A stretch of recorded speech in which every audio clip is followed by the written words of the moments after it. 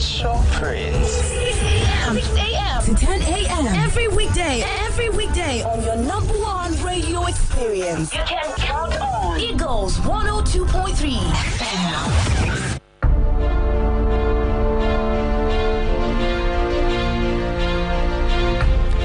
Good morning and thank you for staying with us on your radio experience. You can count on the time is 9 o'clock and you're on to Eagles Outlook at this time. Well, this morning on Eagles Outlook, we will be talking about the PIA suspension or deferment, as it is. The federal government has delayed or would be delaying the implementation of the PIA by 18 months and also suspending the removal of subsidy. That's what we were talking about this morning. Our guest would be Kelvin Emmanuel, who is the CEO of Dairy Hills. He's joining us this morning live in the studios. By the way, you can watch us live on our YouTube and Facebook at Eagles FM Abuja. Before we get into the conversation full time, now let's look at trending news stories.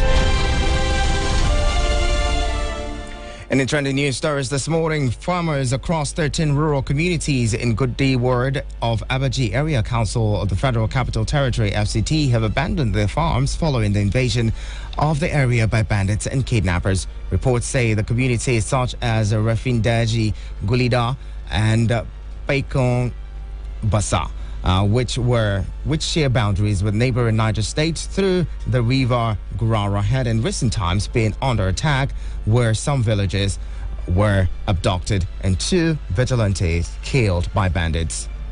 Nigeria has dropped 5 places at the 2021 Corruption Perception Index (CPI) released by the Transparency International (TI). The nation currently ranks 154 out of 180 countries in the 2021 CPI, which shows a drop of 149 in the 2020 index. According to a tweet on its official Twitter handle Tuesday, Transparency International said Nigeria scored 24 out of 100 points in the 2021 index. With the current CPI rating, Nigeria ranks as second most corrupt country in West Africa after Guinea. Transparency International argued that corruption is on the increase in Nigeria.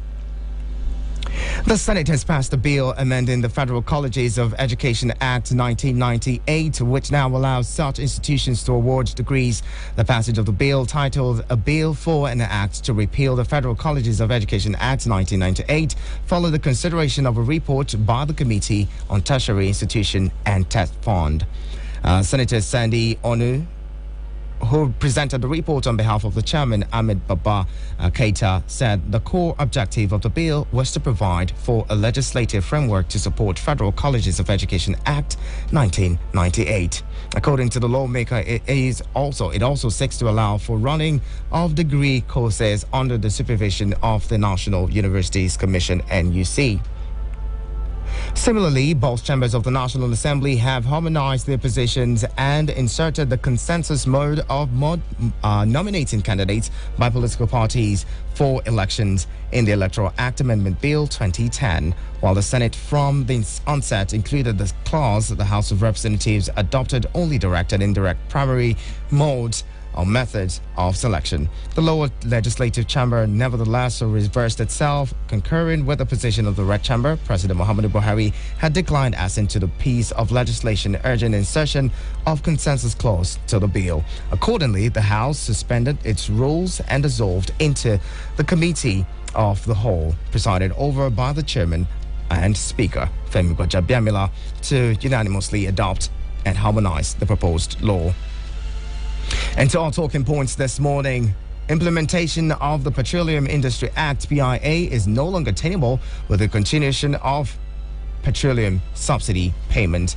President Muhammadu Buhari will propose an 18-month extension to the National Assembly. Minister of State for Petroleum Resources, Temipere Silva, told State House correspondents after meeting with President Buhari that subsidy removal was put on hold to enable the government to put relief measures in place to mitigate the harsh effects. Recall that the PIA was signed on August 16, 2021 and was billed to take effect next month.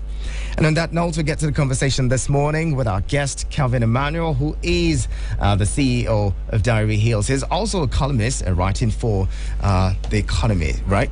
The African Report. Ladies and gentlemen, thank you so much for joining us. You can be a part of the conversation at any point. Ask questions and make comments. Call 090-7353-0044 and 090-8766-8888. You can send us a message on 090-9705-4450.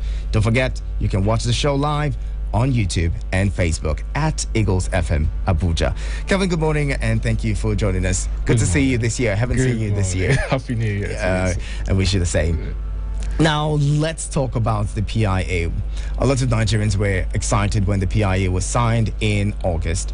It came with excitement. A bill that had spent almost 2 decades at the National Assembly, finally being signed by this administration. Implementation was something, and Nigerians were excited that, the PIA was going to be implemented. We saw a situation where the NNPC was unbundled, came with some level of excitement, of saying, it's going to be a little more productive now. More money is going to come into the coffers of the nation.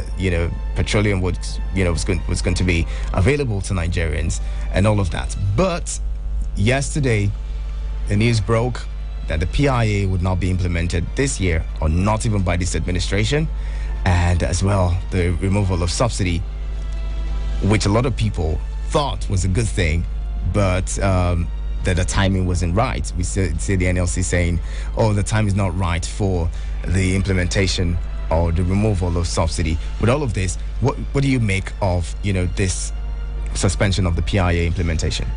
First, I think we should make a clarification. I don't know if the government is suspending the entire PIA, but the president saying through the neck that he's proposing a delay of 18 months for the implementation of downstream, which is subsidy for petrol prices. Nigeria pays about the landing price of petrol is 232 naira per litre today. Maybe the exchange rate is affecting and it's continually rising, and the government has to pay about 67 naira per litre to subsidize the cost of petrol. But it does create a constitutional crisis. It creates a constitutional crisis because when a bill passes both houses of the National Assembly and it goes to the president for assent, and he assents it and it becomes law, companies begin to make plans based on that. When the president comes back and says that, if we go ahead and remove the petrol subsidy because there is no legal basis on which the federal government still provides subsidy for NNPC that has become a private company, privately held, registered with the Corporate Affairs Commission, it sends a negative message to the international community, and it sends a negative message to all the companies that are making plans for capital investments and making positions for their businesses. So I think it's a really bad omen. And of course, this is a political decision. It's a political decision because the federal government is basically caving into the National Labour Congress, NLC. And I also heard the president of the Nigerian Bar Association saying that the government has to provide alleviation. It's kind of ridiculous. I don't want to sound very out of touch with Nigerians, because the next says that if they are going to fully deregulate and remove subsidy, the price of petrol is going to go up to 302 naira per litre. I don't want to sound very out of touch with the fact that if petrol is fully deregulated before Nigeria is able to refine 80 to 90% of the petrol it needs. By the way, Nigeria needs about 58 million litres of PMS on a daily basis. If they do that, the inflation will go up, because you see that the price of everything will go up. Mm-hmm. Petrol and food are the two major parameters on which inflation is measured in Nigeria. If they deregulate and the price goes up, you're going to see the ripple effect immediately. But at the same time, I am curious, because Subsidy takes about 10% of Nigeria's budget. Subsidy is about a little over 1.4 trillion on a yearly basis. It takes 10% of the budget. The alleviation and the parameters Nigerians are saying you should put to shock, it's an argument that is a socialist argument. It's an argument that takes us back to the same cycle we're trying to get away from. How so? I mean, we have a situation where transportation would go up, and if that happens, the inflation would hit the ceiling or the roofs. The solution is not to propose conditional cash transfer as transport subsidy for 40 million Nigerians, like the government proposed last year to see public reaction. But we would agree that there's need for, certain interventions to ensure that, it doesn't hit. For instance, when the Goodluck Jonathan administration was going to remove the fuel subsidy, they started what was referred to as SUBSIDY, where buses were bought, to ensure that transportation, was eased. The cost of transportation didn't go up too much, and Nigerians could afford that. Why do we have such measures? And first of all, and some of the school of thought believe, well, we should at least first build refineries or rehabilitate our refineries, so that fuel production can be going on within the country. That's we're able to at least meet our local needs before we can remove, the fuel subsidy. I remember last year, August, we talked about the Dangote refinery. And a few days ago, Aliko Dangote announced that the refinery is going to begin operations in September. Should we bank on the Dangote refinery? We should. Seeing as how we should. We have the Dangote cement, we have Dangote sugar, and all of these things are not selling at cheaper rates or cheaper prices. Do you think that with Dangote refinery coming on stream, the cost of fuel would be less expensive in Nigeria? It is not going to be less expensive. And I'll tell you why. I'll break it down to explain to you why it's not going to be less expensive. And I'll also break it down so that Nigerians can understand why petrol prices are the way it is, and why if the government decides to deregulate, the prices will go above 300 naira per litre. You see, we have to understand that when Buhari came into office in 2015, they moved the lifting of crude oil abroad and the refining and bringing back of crude oil back to Nigeria from independent marketers away to an NNPC trading vehicle that is responsible for the crude oil swap. Okay? So basically, there's a swap that says out of the production sharing contracts that the NNPC has with its joint venture partners and the amount of oil that Nigeria gets as a country, these companies responsible for moving oil out, refining, and bringing back PMS to Nigeria, subsidized, of course. Now, when you bring back PMS on deadweight tons on these vessels, there are costs attached to it. Nigeria has a war risk insurance that was instituted by the World Shipping Council back in 2009 at the heat of the Niger Delta crisis. This war risk insurance says that every vessel that is bound for Nigeria is subject to a special tax that is like an insurance for the shipping companies. Since the amnesty was signed and the whole agitation in Niger Delta stopped, this war risk insurance has not been removed. It's still there. So the costs, the handling costs, the cost of insuring cargoes, the duties that has to be paid, raises the price on on PMS by somewhere between 35 and 50 naira per litre.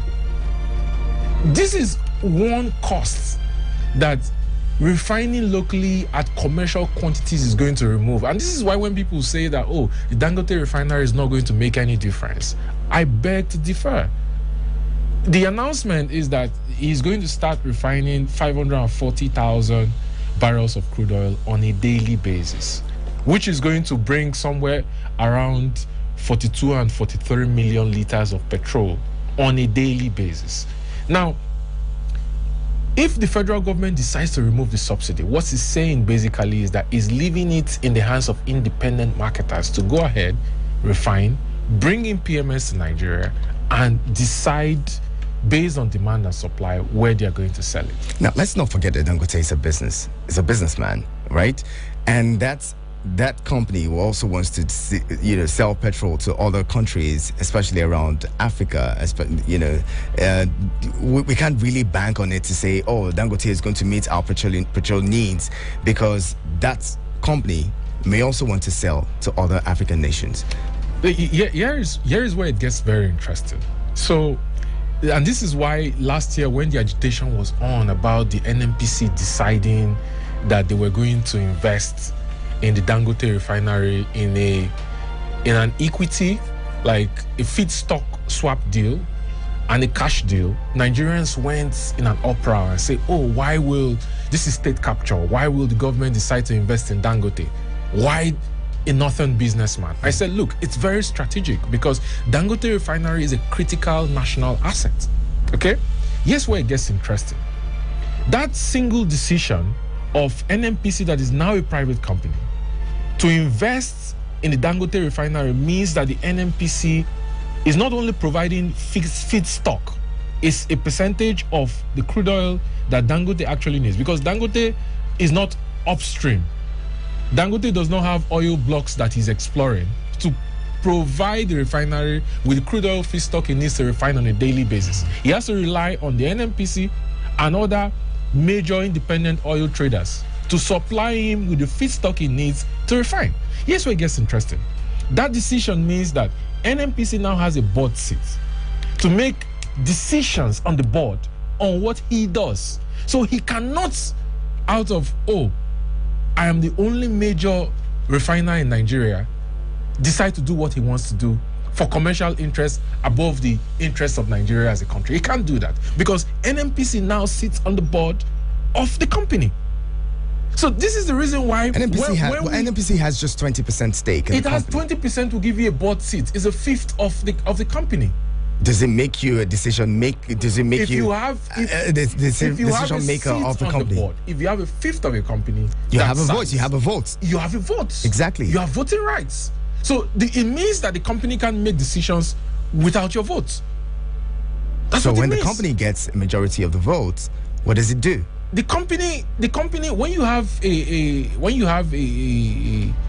an entity invest and take 20% equity in a company, and you have voting powers, there is quorum. There's what is called quorum on the boards of companies. It means that if the company's board cannot reach a quorum, they can't proceed on a vote. It's just like you have the National Assembly. If you can't reach a quorum on a certain number of votes, you can't pass second reading, third reading, final reading. You can't pass it. It can't pass. The bill can't pass. Very interesting. The conversation will continue. Keep it with us on your radio experience. You can count on Eagles 102.3. Eagles 102.3 Abuja. Life is a game, right? Sorry, it's not that serious. Create a word from another word using the last alphabet of the same word. That's how the game goes. You will get buzzed out if you pause, repeat, or say the same word again and again. Buzz out. Tuesdays at 1 p.m. on 102.3 Extra on Eagles FM.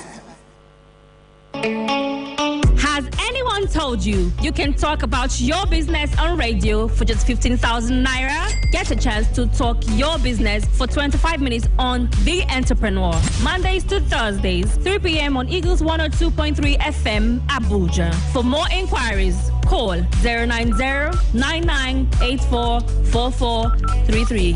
090-9984-4433. The Entrepreneur. Talk your business for just 15,000 naira. This promo runs from February 1st to April 30th. Hurry now. Eagles Morning Rise. Eagles Morning Rise with Iheanacho Prince. 9:23 is the time. Thank you for staying with us on your radio experience. You can count on your Onto Eagles Outlook. And this morning, we're looking at the federal government's delay of the PIA implementation, as well as the suspension of subsidy removal. 18 months is a long time. Many Nigerians are saying, for people who interpret this, for saying, so this administration takes the glory of signing the PIA, but would leave the troubles of implementation to the next administration. Is that what it is? Kevin Emmanuel, you want to respond? I remember 2012 very, very well. I remember at the heat of the protest in Ojota, I remember it came on TV one day, and the blowback I got for supporting the removal of subsidy was fierce. That was a good time for Nigeria to remove subsidy. But it was the same administration that led, or people in this administration that led that shutdown of the economy. They say in protest to the subsidy removal. They say vision is 2020, correct? Yeah. Sometimes you make decisions, you don't have perspective. You make decisions, and when you get perspective, you realize that your decision-making process was flawed. So what do you do at that time? If President Buhari knew what he knew then, I'm sure it was political. The protest was political, of course.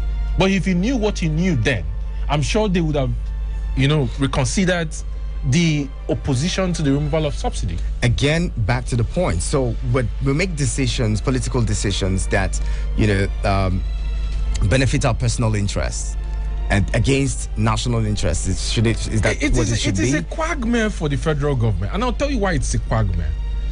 Let the president come and say, oh, we're going with PIA, remove the subsidy 100% and deregulate. Price of petrol goes to 320. What Nigerians are saying you're going to see protests across major cities of Nigeria. Create a situation where the implementation of the PIA or removal of subsidy will be cushioned.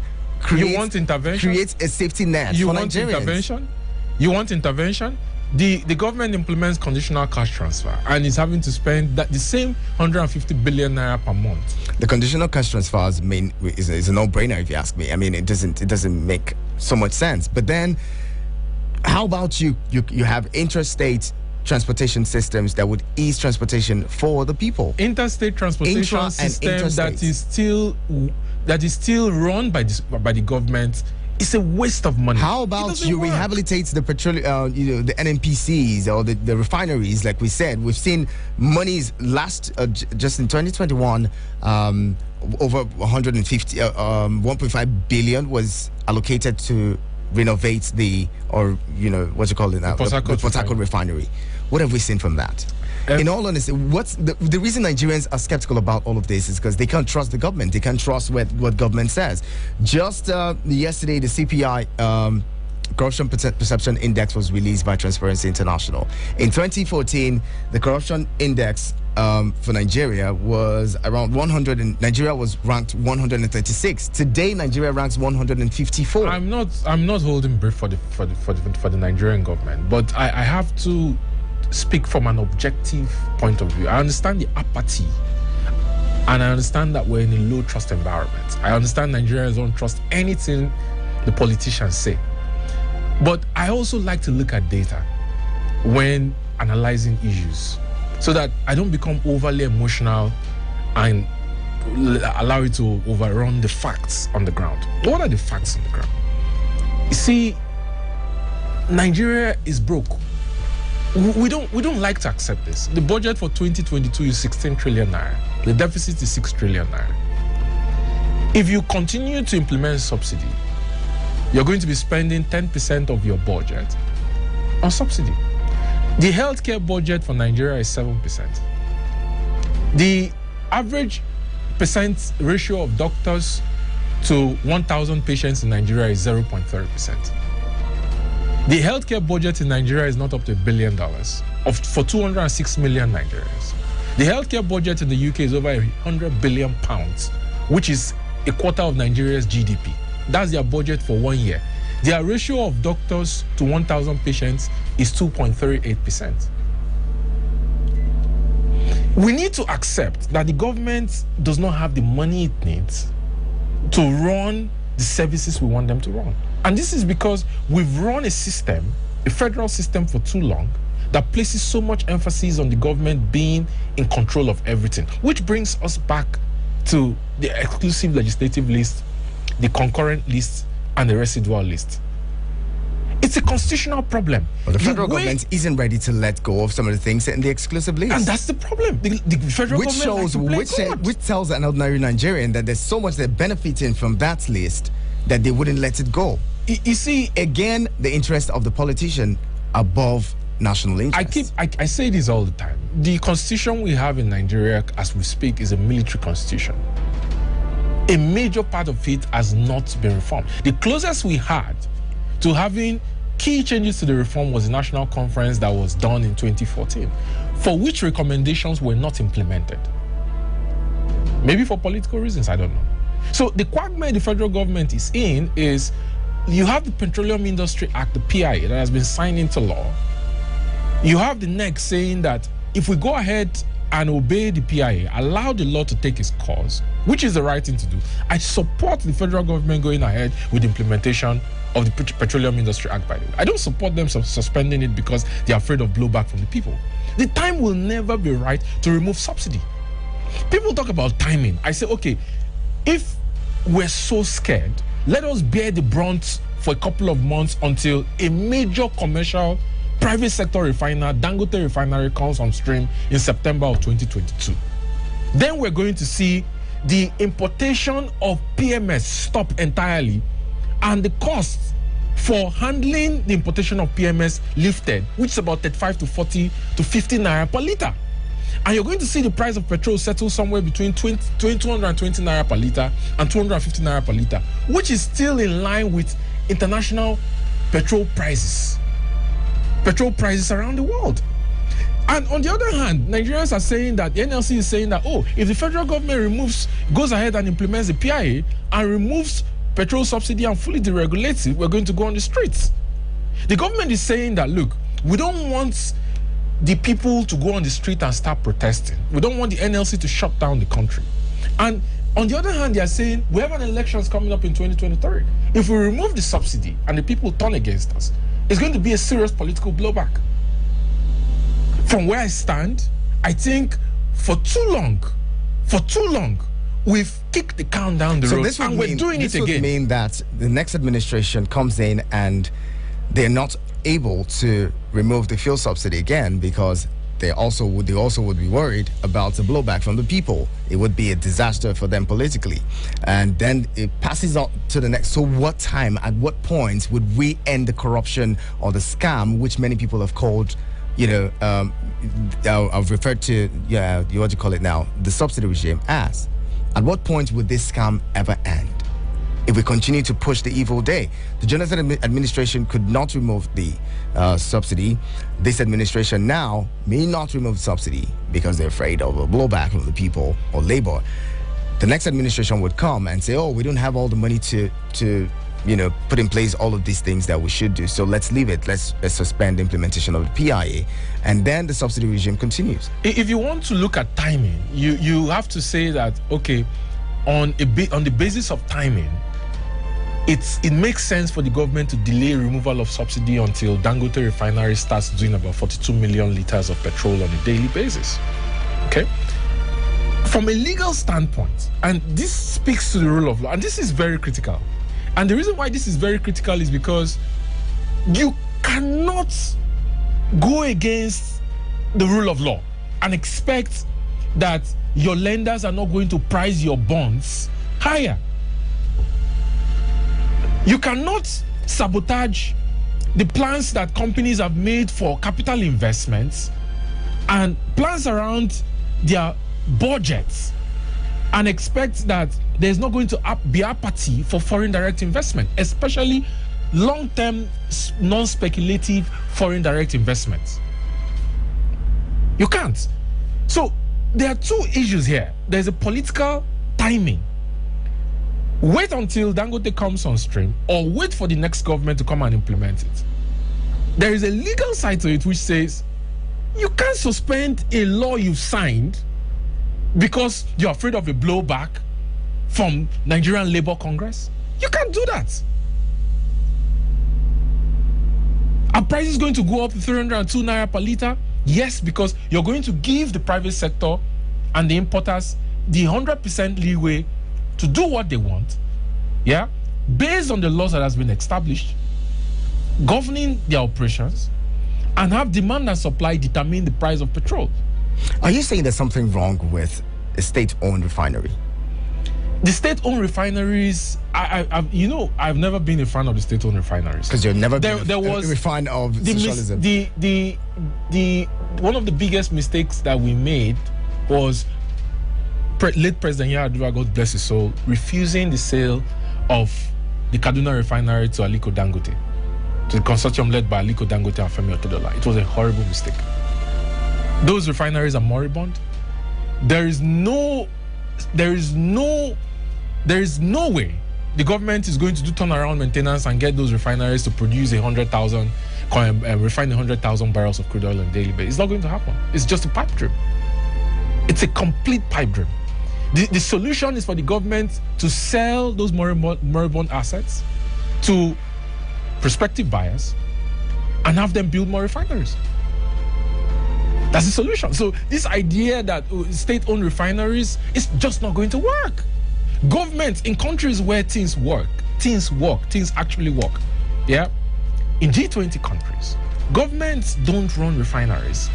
The private sector does. Government regulates. So let's abandon this idea.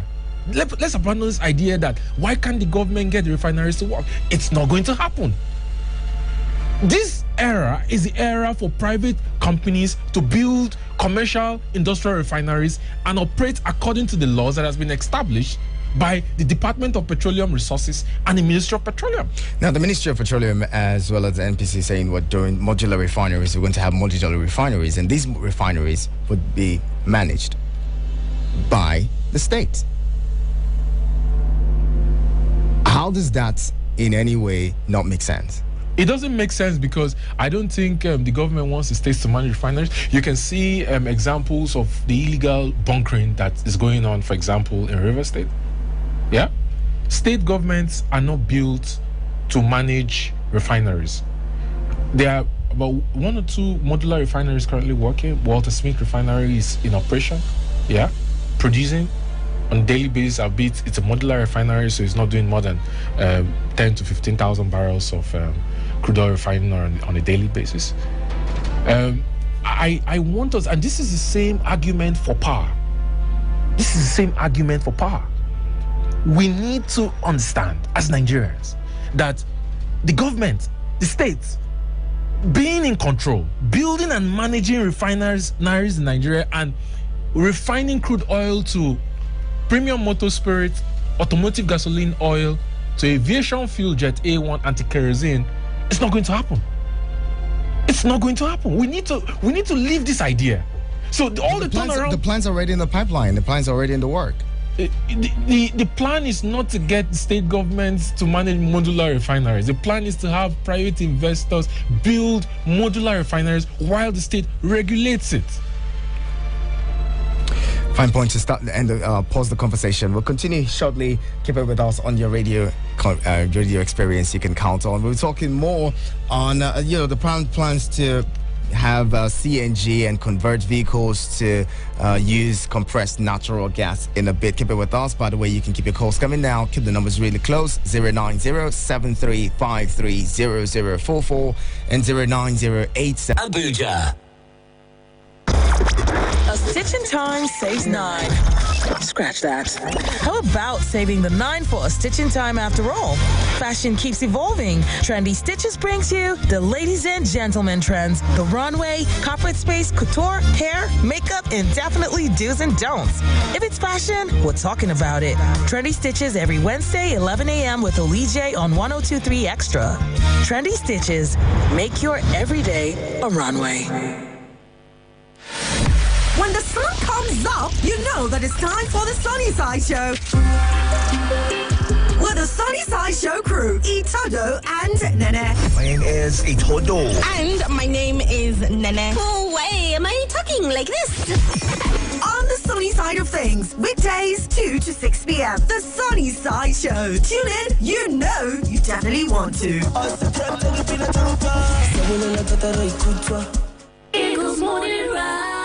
Eagles Morning Rise with Iheanacho. Iheanacho Prince. 9:43 is the time. Thank you so much for staying with us. Jump in the conversation now. Join in with your 2 cents. Call 090-7353-0044 and 090-8766-8888. Send messages to 090-9705-4450. Are you happy with the suspension of this subsidy removal? What do you think about it? Are you also happy that the implementation of the PIA would happen in the life of this administration? Tell us what you think, because, well, this administration has just about 17 months to go, and if it's proposing 18 months, for the implementation, then it would mean that this administration would not spearhead the implementation of the PIA. We're talking this morning with Kelvin Emmanuel, who is the CEO of Dairy Hills. He doesn't agree that, well, Nigeria should have infrastructure put in place before the subsidy removal. That's been the bone of contention. Now, this is it. Let's look at this. Let's look at it this way. If we have infrastructure put in place, say for instance we have trains running from Kaduna to Abuja, in good time. Say a person. I'm sure that some people would live in Kaduna and work in Abuja, thereby decongesting the city. Say, for instance, you have a situation where the train can take you from Kaduna to Abuja in 1 hour, 30 minutes, and you're sure to be in Abuja. We have BRT buses that will take you or convey you from the train stations to your workplace in good time and at affordable prices or cost. Why wouldn't Nigerians not embrace the removal of subsidy even now? Let me give you an example. My friend in Austin, Texas tells me that in 2021, himself and his wife spent $30,000 on toll gate fees in Texas. Because they were driving. Mm-hmm. The Ministry of Works does not have more than $1.5 billion in its budget for an entire official year. That's very poor. As we speak, the Ministry of Works is currently owing contractors more than 100 billion naira. We need to accept that for you to build infrastructure, you either have to borrow money, right? Or owe contractors, or privatize infrastructure and operate the build, operate, transfer, concession model through the Bureau of Public Enterprises. And this is why I'm happy that the government set up the Infrastructure Corporation, Infraco, to privatize some part of infrastructure development in Nigeria to the private sector and unlock debt capital through bonds. So you want to build infrastructure. On one hand, Nigerians are saying that, the government is borrowing too much money. The interest on the loans are high. Who is going to pay? The government wants to build infrastructure. It's done a little of it. Yeah? Not as much as we will expect. On the other hand, we're saying, how would you set up toll gates? Well, you have to choose your struggle. You have to pay for it in a way. Somebody has to pay for it. If you don't allow the government to borrow money, how do you want them to fund the program? Because the Ministry of Works does not have the money. It's $1.5 billion. It's owing contractors. In 2020 alone, the government spent 330 billion naira importing asphalt or bitumen binders for road construction. Nigeria has 350,000 kilometers of roads to construct. Many Nigerians would not have a problem, with what do you call it now, toll gates, if we had buses and trains working in this country. I know you're making a point for the fact that the Ministry of Work doesn't have money, the fact that the government is broke and all that, but who made the government broke? You see, this is why I said Nigeria has abundant natural resources that could earn us revenue. We have a low trust environment. I'm going to touch on a few issues. We have a low trust environment, and it makes it difficult for the government, even when it wants to do things, to actually do them. It makes it difficult to get the trust of the people to implement what it needs to implement. Nigeria earns about $25 to $30 billion a year on oil and gas. The budget of Egypt is about $120 billion a year. The budget of South Africa is more than $200 billion a year. Nigeria has a revenue to GDP ratio of 4%. South Africa has a revenue to GDP ratio of 22%. Egypt has a revenue to GDP ratio of 19%. And yet we call ourselves the giant of Africa. It earns the source of income that gets it about 70% of its revenue generates $30 billion a year. It's very poor. We need to move away from revenues from natural resources to revenues from trade. We need to realize that the pie for natural resources is not going to cut it for 206 million people. It's not going to cut it. We keep focusing on oil and gas. And because we've had a history of the government not being transparent and pilfering into the budget and duplicating projects, like it was discovered that in the 2022 Appropriation Act, they are duplicated projects to the tune of 230 billion naira. And it still went through the National Assembly. Exactly. The same point Nigerians are making. If those in power are not plundering the resources of Nigeria, we wouldn't be suffering, we wouldn't be where we are. There is an issue of revenue leakage. There is also an issue of the fact that Nigeria does not generate as much revenues to implement the big ticket project it needs to alleviate the levers for the economy. It doesn't have the money. So are you going to focus on the revenue leakage, which is important, by the way? Which is important. I'm not saying that this is not important. It's very important to focus on revenue leakage. Or are you going to focus on raising the revenue to GDP ratio of the country? It's 44% of GDP. Compared to South Africa, 22%. South Africa has 70 million people. 70 million people. If you calculate the budget of over $200 billion on 70 million people, and then you compare the budget of $30 billion on 206 million people, you begin to see the implication it has on things like healthcare, infrastructure, security. You begin to see it. We're wrapping up the conversation now. Let's bring in a caller. Hello, good morning. We lost that one. Try to call back. The numbers to call again, 09073530044 and 09087668888. We may agree with you that, well, we may not be making as much money as we should, but the little that we're making, what are we doing with it? That's what Nigerians are asking. Like I said, I'm not representing the government here. Absolutely. I'm not holding brief for them. Mm-hmm. I am a citizen. I'm a private sector person. We have another caller. Hello, good morning. Yeah. Hello, good morning. Thank you for joining us. Who are you into? Yes.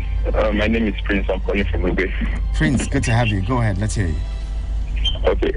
I think the guest in the studio is making so much effort on making more money. But like right now, I'm sitting down and wondering why so much effort on making so much money, whereby just the scenario of having a basket, you are so concerned with pouring money into the basket while the basket is empty. There's no money there's no amount of water you're going to pour in the basket that is going to fill it up. It's never going to satisfy. So we have to really tackle the aspect of, this issue of displaced priorities, spending unwisely. We should be able to account for every penny we make. It's not about making all the, just like having getting a good pay but having bad habits. At the end of 5 years of work, you won't be able to account for anything because you have bad habits. You just spend your money in the club or spending on things that are not worth it. So we as a country should be able to know how to spend our money wisely. Even in the budget, we have cases minus budget padding and cases whereby people have to replicate projects. Yes. Cases whereby they spend so much money on vehicles and on welfare of politicians and all of that. All these little things account for how the money we think we have goes away. So I think we as people have to come back and all right. Thank you so much, Prince, for how to calling. spend our money wisely. Thank you very much. We're out of time. Kevin, your last line on the program. What would you say? Let me give you an example. Let me pick security. The governors get security votes that is not appropriated under any budget, under the consolidated revenue funds, which means they are not obligated to disclose the figures to the public. On one hand, governors get security votes. They can do and undo with the security votes. On the other hand, the governors don't have control of the security apparatus of their state. A governor calls the commissioner of police, and the commissioner of police tells the governor, I don't take orders from you, I take orders from the IG. So how do you give governors security vote every month and then tell the governors they don't have control over the security apparatus of their state? They don't have control over the army, over the navy, over the police. Kelvin Emmanuel, CEO, Dairy Hills. Thank you so much for talking with us. Guys, Oli J is here. Good morning, Oli J. Hi. What's happening? Good. You all right? I'm good. Yes, trendy stitches today. What's happening in the fashion world? Yeah, you just take a listen. Later you'd understand. Okay. Okay. Oli J's in the studio, ladies and gentlemen. Yes, we have Power Hour. Yes. We've got Busta Rhymes and LL Cool J. Which would you rather? Oh, Cool J, man. Is it because of the name? Man. I don't understand. No, man. That man did some good music back in the day, man. Busta Rhymes. Busta is great, but I think for me, I kind of like because ladies Cool J. love Cool J. Or not just that, because the man was able to manage his craft well, transitioning from just from music to movies and all that stuff. I mean, that's what you call an artist in general. Though, I do. Find it boring. Some of them. I do watch some of them. Ladies and gentlemen, my name is Iheanacho Prince. Keep it with us. Business news now. Ology takes over. I want to choose the extra in a bit. Welcome to